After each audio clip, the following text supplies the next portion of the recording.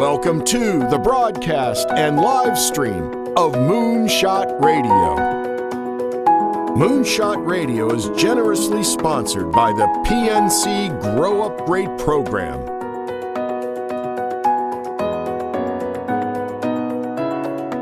And here's your host, Dr. Nivea Torres. Greetings and welcome to Moonshot Radio, where every moment is an opportunity to learn. I'm your host, Nivea Torres, Executive Director of the Kindergarten Readiness Collaborative, also known as KRC.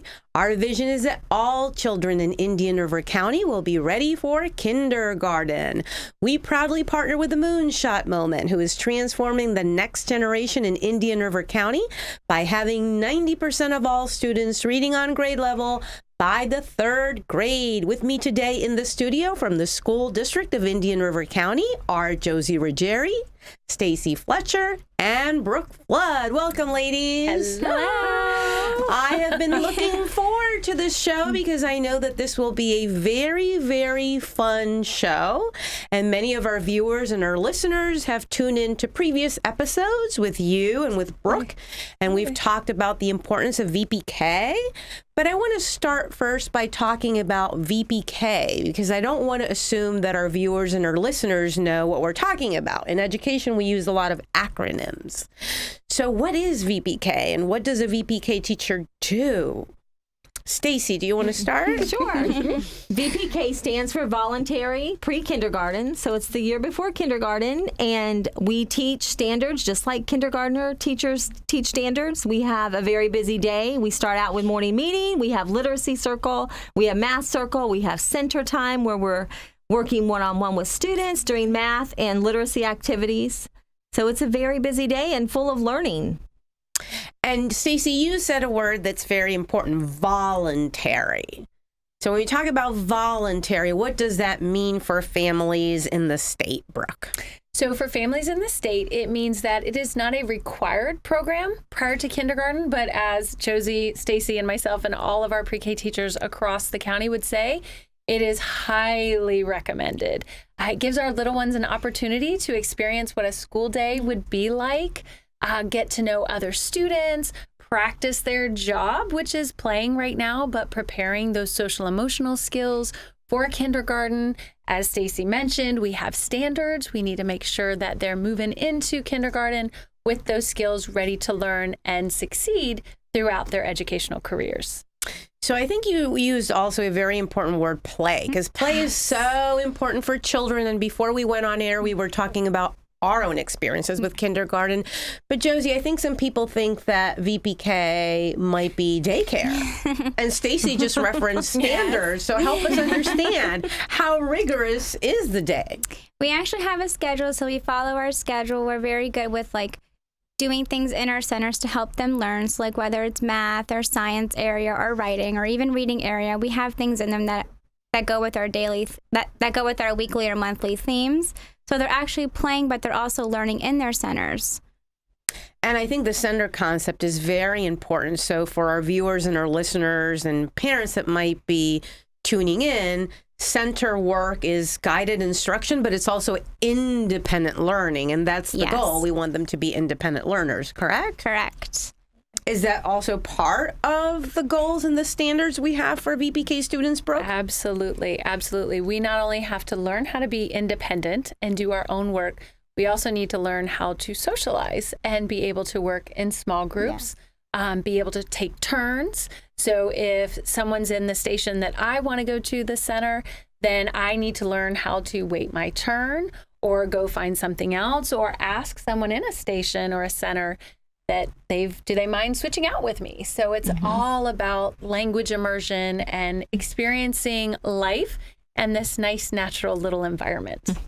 Taking turns, sharing, collaborating, that sounds like stuff that we should all be doing, right? Yes. As adults, I think some adult friends might have to go back to Josie and Stacy for some of these lessons.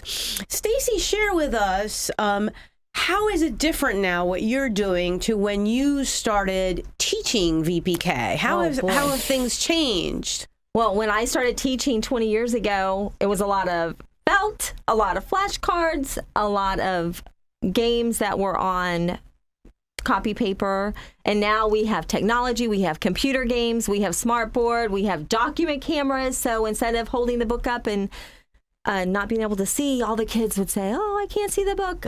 We have the document camera now that we put it underneath and it shows up on the board so all the kids can see. We can do a lot of technology now and a more hands-on learning. We didn't have center time when I first started teaching. We didn't have the center. We didn't have kitchen. I taught at a Christian school, so it was really structured at pre-K level. And we did cursive. Wow. So we taught cursive in pre-K. In pre-K.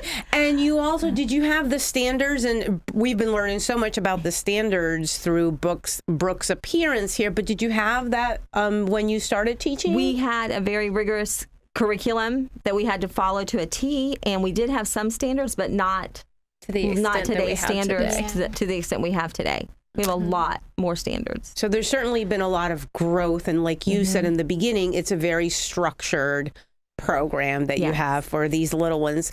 So Josie, I don't want to put you in the spot, but you might be the youngest one among this group. And I'm just thinking, could you share with us, because now you're a VPK teacher, so how is your experience as a teacher different from your experience as a student? Well, when I was growing up, things were very different. Kindergarten was not as structured as it is now, like not as, learning-wise. Like we had nap time back when I was growing up. Now there's no nap time.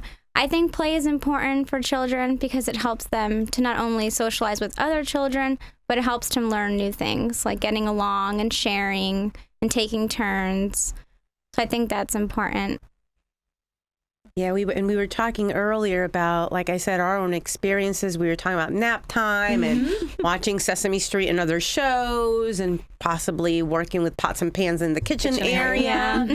And I think it's important for our viewers, our listeners, our funders, people who are tuning in to really recognize that VPK in kindergarten is very different now. Yes. What we're doing, right, Brooke? Absolutely. When I started teaching here in the district in 1996, I was teaching kindergarten and I was doing the immersion activities, but I also had nap time.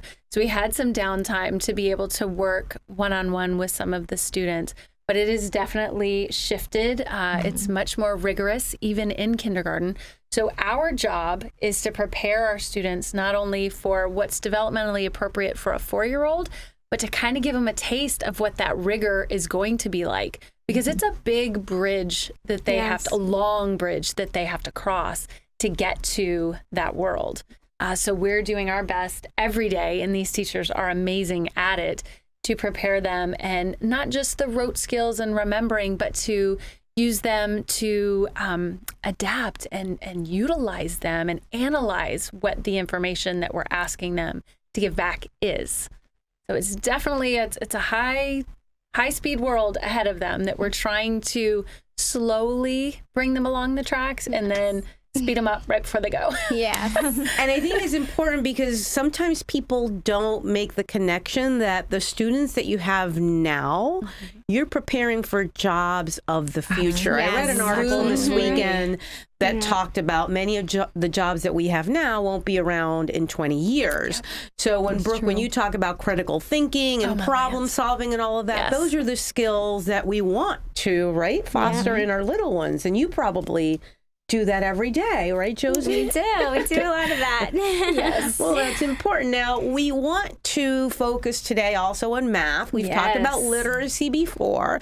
So tell us, Stacy, how do you make math fun for your little ones? Math can be a little intimidating for some adults. You have experiences with math, right? Absolutely. And what the cool thing about math is babies are hardwired for math. Math is everywhere. It's part of your world.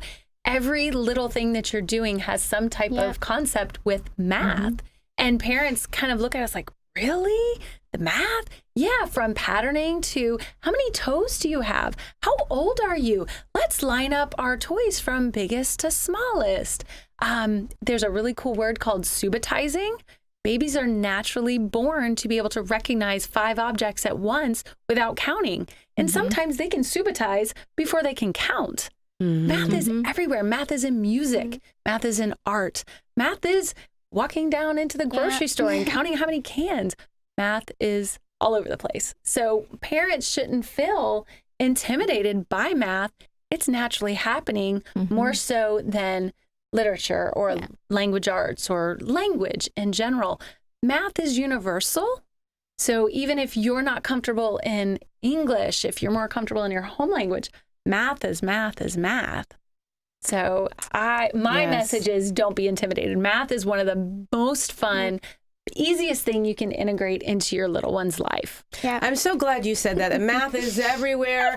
Math is universal, and you ground us really with that statement to realize and recognize that it's all around us. I think that anxiety might come from personal experiences with math in school, right? What do you think, Stacy? That was me. I was never good at math. And it's probably because the teaching styles were different back then. We didn't have a lot of hands-on manipulatives that they do now. I don't remember having counting bears or anything hands-on. It was just all worksheets, and it was hard for me. Math was always hard, so I try to make it fun in my class. Yes, she does. So, and it is everywhere. We're counting when we pass out snack. Go count how many people want goldfish today. How many want pretzels? Go count and see how many. Graphing them. Yes. We're graphing. We graphed our favorite song this week. Which song was your favorite that we sang on the stage last week? And graphing everything. Patterning and sorting and we try to do it different because we know all kids learn differently. I know I learn differently. I learn better with a visual and auditory. I need it all for math.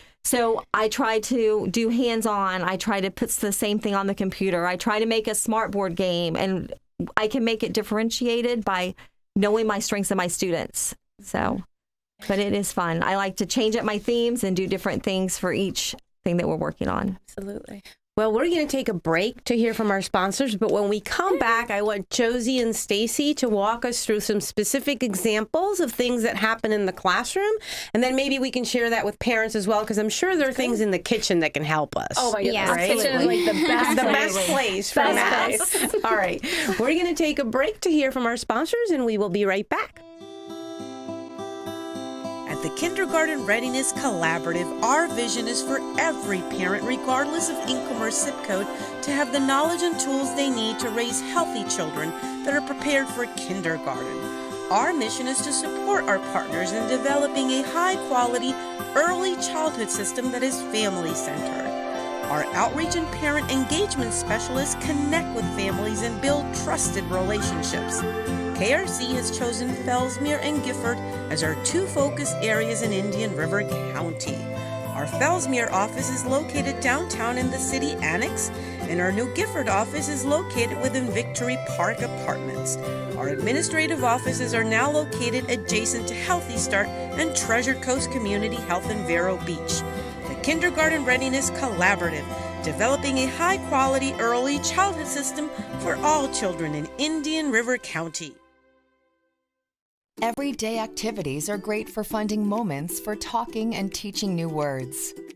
Babies' brains grow 80% in the first 18 months of life. As parents and your baby's first teacher, you can help build their brain with language and literacy skills. Involve the whole family.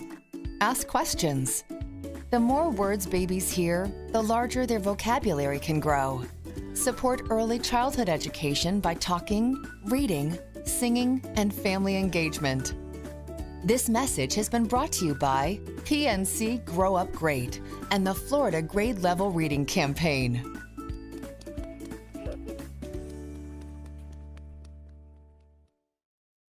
We all know that baby Jesus was wrapped in swaddling clothes, lying in a manger that first Christmas morn. Hi, Tom Rhodes here, owner of Sunshine Laundries. We may be able to clean your clothes, swaddling or otherwise, but God cleans your soul. Wishing you and yours a very Merry Christmas. Hi, I'm Derek Ogden from Word of Mouth Computers and Electronics. Since 2009, my team and I have been providing South Florida and the Treasure Coast with the highest level of service in the technology field. Computers, networks, surveillance systems, web services, Wi-Fi systems, anything you need technology related, we're your guys.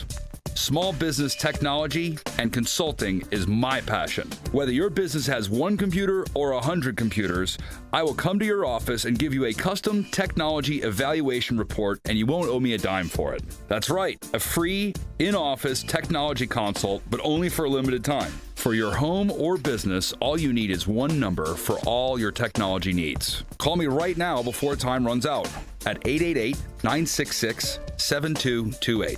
Remember, there's no obligation. That number again is 888-966-7228. And ask for me, Derek. A member of the iTex training community. Your iTex dollars are welcome.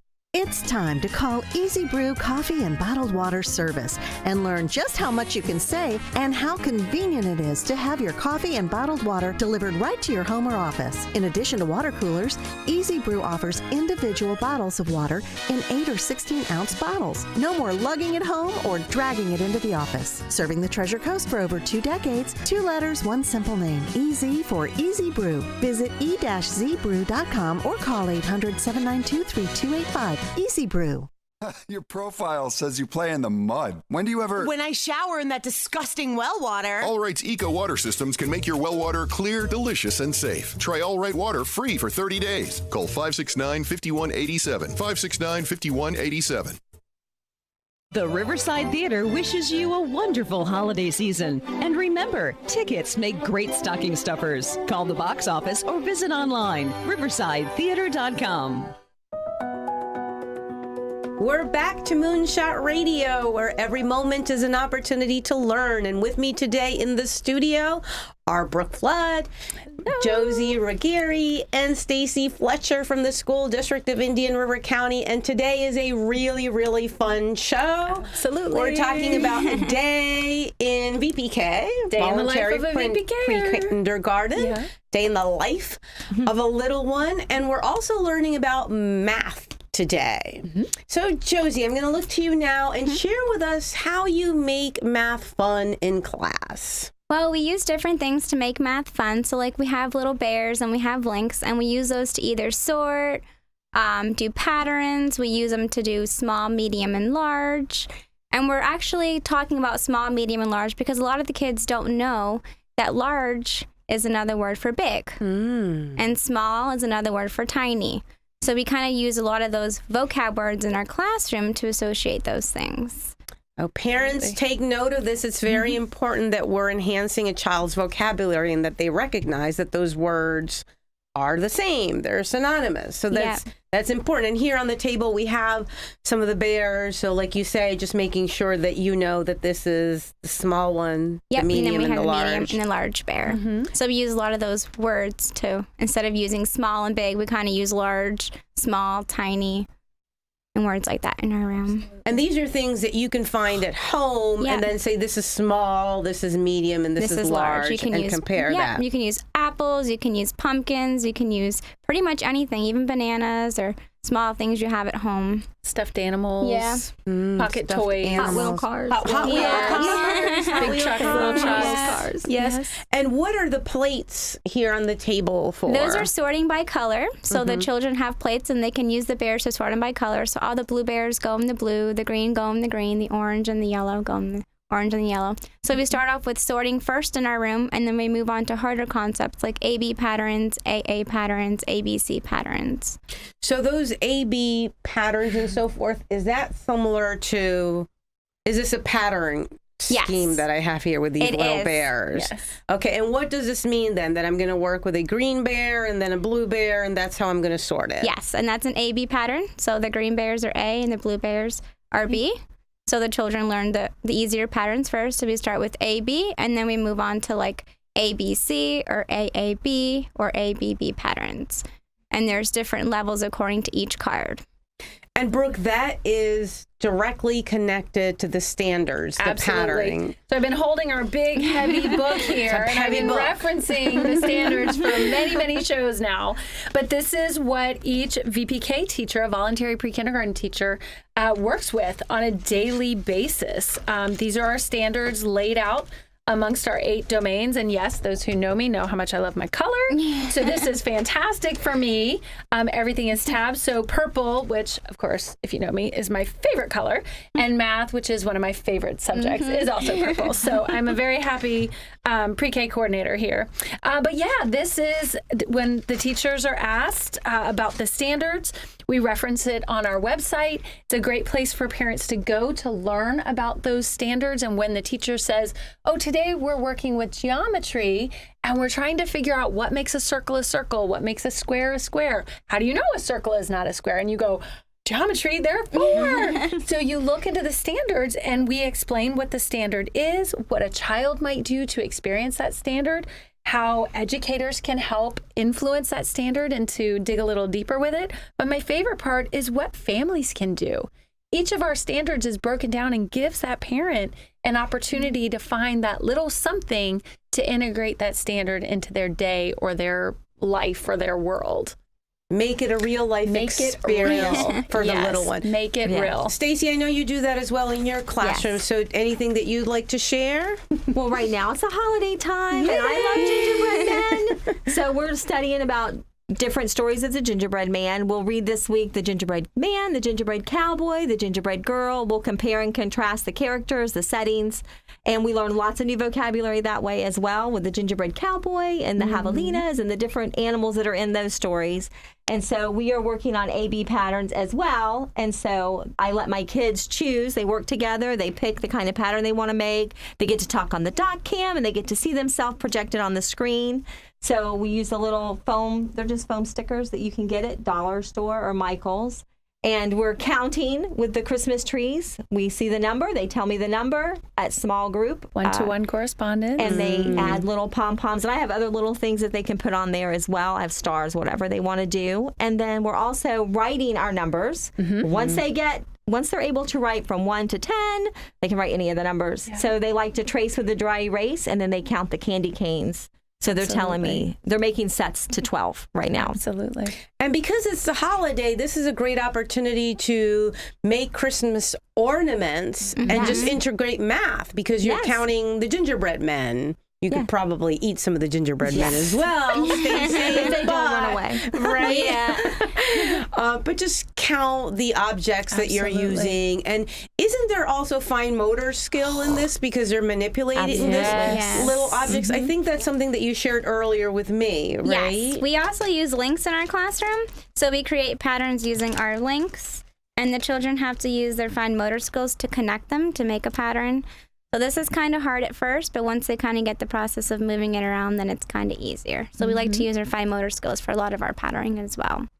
And I remember I was so impacted by our last show where you shared with me that there are a number of little ones that come who are really struggling with fine motor skills, particularly the pencil grip and so forth. So that's something that we really want to make sure that mommy and daddy understand that they need to be able to practice their fine motor skills, right? And this is a good way to do so by using like small manipulatives to build those fine motor skills so they can start holding a pencil correctly. And maybe by counting and maybe gluing at some point if that's possible, but picking up with clothespins. You can use clothespins to pick those up, tweezers. Okay, all right. Because then you're really strengthening those finger grips. So what are some tips then for parents at home? You talked about like picking up things. So are there some things in the kitchen? Like you said earlier, there's fruit that we can count. There are plates that we can count. Any other thoughts? Forks. You know, how many people are in our family? How many forks do we need? Put one at each table setting. As you're preparing for the table setting and so forth. Clothespins, they can clip on and count how many clothespins. That's a good activity for fine motor. Wonderful. Ladies, we don't have enough time to go through all of the activities. I have so much fun with you, but you're going to come back, right? And I think next time we'll probably talk about registration and getting ready for summer, although it's December, but we're always planning ahead. Thank you so much. Happy holidays to you. We really appreciate what you do for our little ones. Thank you. And until next time, this has been Moonshot Radio, where every moment is an opportunity to learn.